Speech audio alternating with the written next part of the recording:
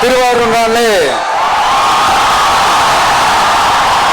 திருவாரூர் தியாகராஜர் கோயில் ஆடி தேர் தான் உடனே மனசுக்கு ஞாபகத்துக்கு வரும். திருவாரூர் தேர்னா சும்மா வாங்க, இந்த மண்ணோட அடையாளமாச்சு.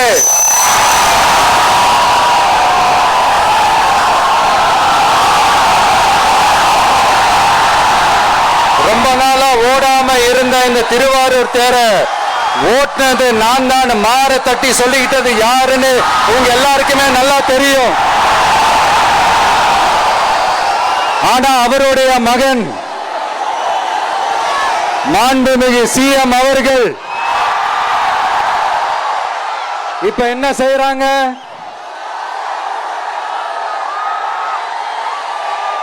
நல்லா ஓட வேண்டிய தமிழ்நாடு என்ற தேர நாலா பக்கமும் கட்டைய போட்டு